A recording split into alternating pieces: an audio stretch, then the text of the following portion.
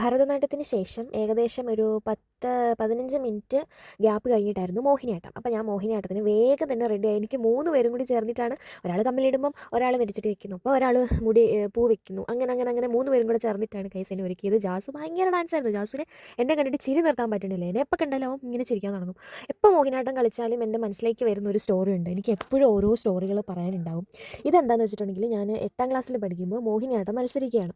അപ്പോൾ ഞാൻ ഭയങ്കര ഒരു ടെൻഷനിലായിരുന്നു. കാരണം എനിക്ക് കുറേ ഐറ്റംസ് ഉണ്ട്. അപ്പോൾ ഞാൻ ഈ മേക്കപ്പിലാണ് വന്ദേ മാതരം പാടാൻ പോകുന്നത്, അതുപോലെ ഗ്രൂപ്പ് സോങ് എല്ലാം ഈ മേക്കപ്പിലാണ് പോകുന്നത്. അപ്പോൾ അങ്ങനെ ഭയങ്കര ലേറ്റായിട്ട് എൻ്റെ അടുത്ത് അവിടുത്തെ ആളുകൾ പറഞ്ഞു മോഹിനിയാട്ടം കളിക്കാൻ പറ്റില്ല, സമയം കഴിയാറായി, കളിക്കാൻ പറ്റില്ല എന്ന് പറഞ്ഞ് ഞാൻ ആകെ വിഷമിച്ച് ഓടി പടച്ച് മോഹിനിയാട്ടം കളിക്കാൻ വേദിയിൽ കയറി. ആൻഡ് പാട്ടിട്ടപ്പോൾ ചെറുതായിട്ടൊന്ന് മാറിപ്പോയി, ഭരതനാട്യത്തിൻ്റെ പാട്ടായിപ്പോയി ഇട്ടത്.